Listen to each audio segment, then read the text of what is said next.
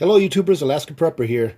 I wasn't going to do this video, but it's so simple to do this recipe that I was like, let me go ahead and do it real quick so that I can share with you guys, because this is an extremely simple recipe and it's oxtail.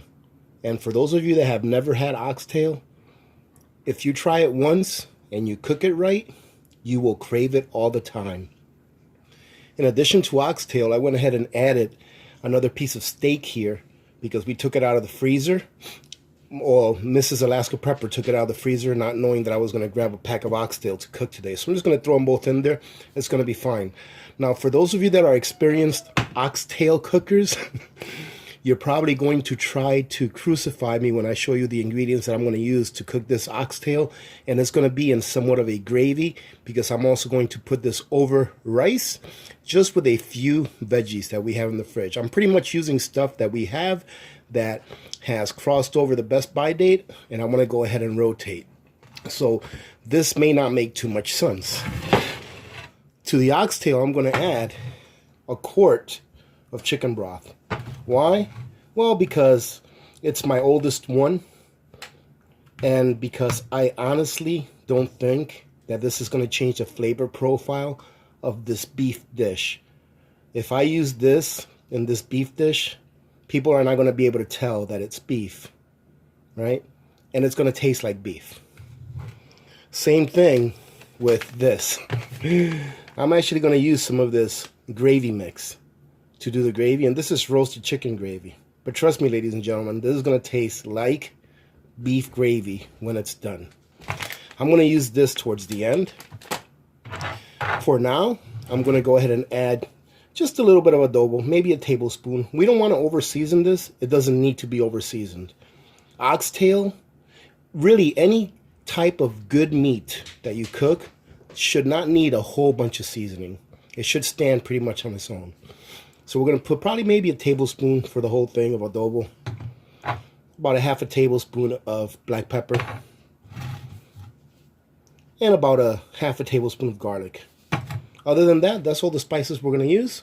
We're going to go ahead and put this in here. We're also going to add an additional 4 cups of water to this on top of the broth. All right, so let me go ahead and get the water, put the seasonings in, and then we'll put it on the burner.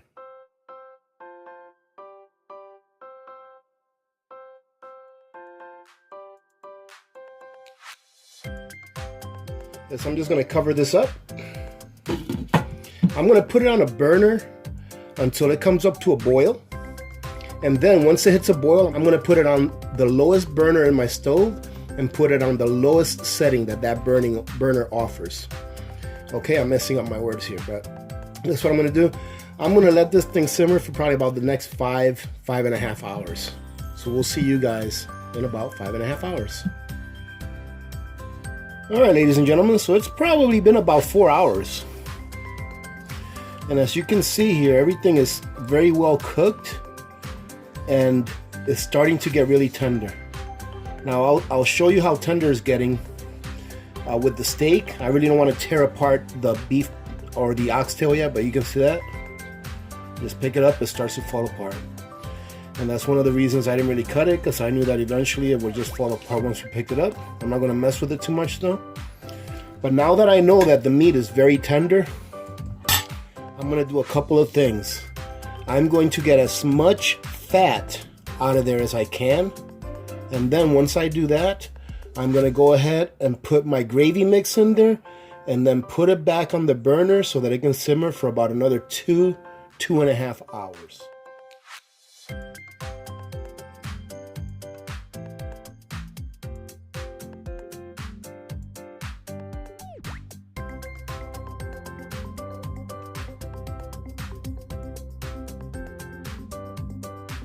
But now that I went ahead and took out the fat, I added those 2 packets of gravy. I'm going to put it back in my slow burner on slow for about another 2.5 hours.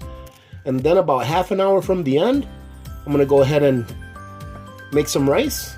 And then we'll be ready to serve this on top of the rice or with the rice as soon as the rice is made. Now this is what it looks like after it's done. I forgot to tell you all that about an hour before I took it off the burner, I put in some carrots. Now it kind of looks like a mess in there, but trust me, it is perfect. So what I'm going to do now is I'm going to show you guys how to cook rice, for those of you that don't know, in about 15 seconds. So stand by.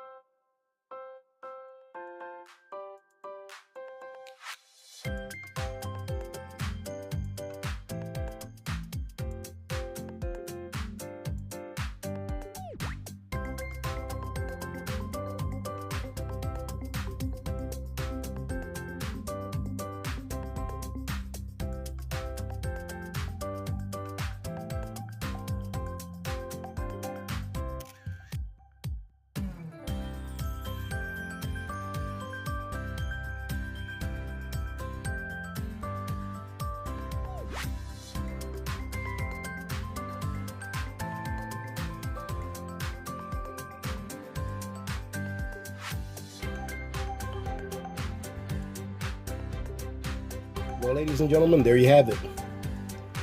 You saw how easy it was to cook this rice, and you saw how easy it was to put this together as far as cooking the meat.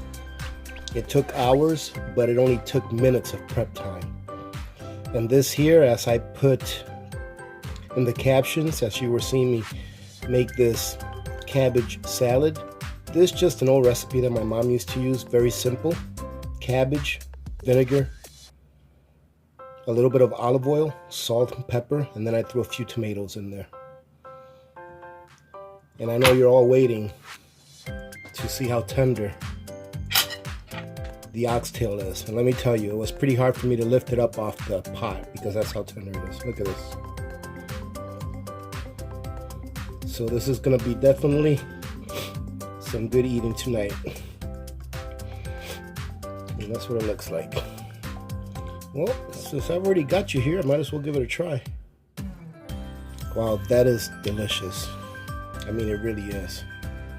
I'm sure that Victor is going to enjoy this very much because he is currently going through the sickness that I think I might have passed down to him. Good dad that I am. Now, ladies and gentlemen, let me go ahead and cover something really quick. When I do these videos, I'm not proclaiming to be some kind of culinary expert. Never been to culinary school. Probably don't know how to hold a knife the right way. I've been told that several times by the same person that likes to tell me the same thing every time. Always finding something that I'm not doing right, which is fine. But if you're going to leave a criticism, leave a solution. If you tell me that I don't hold my knife the right way, show me how to do it or leave me a link where I can go to find out how to do it. Never claim to be a chef. Except within my own household, of course. Never claim to have any kind of culinary experience. This is just what I do. And I like to show you this because it's important that you know that I haven't ever had any training, but this is good food. It's good food that you can make yourself. Now, this by no means is a $2 meal. The oxtail on their own, the package of oxtail on their own, was about $27. Okay?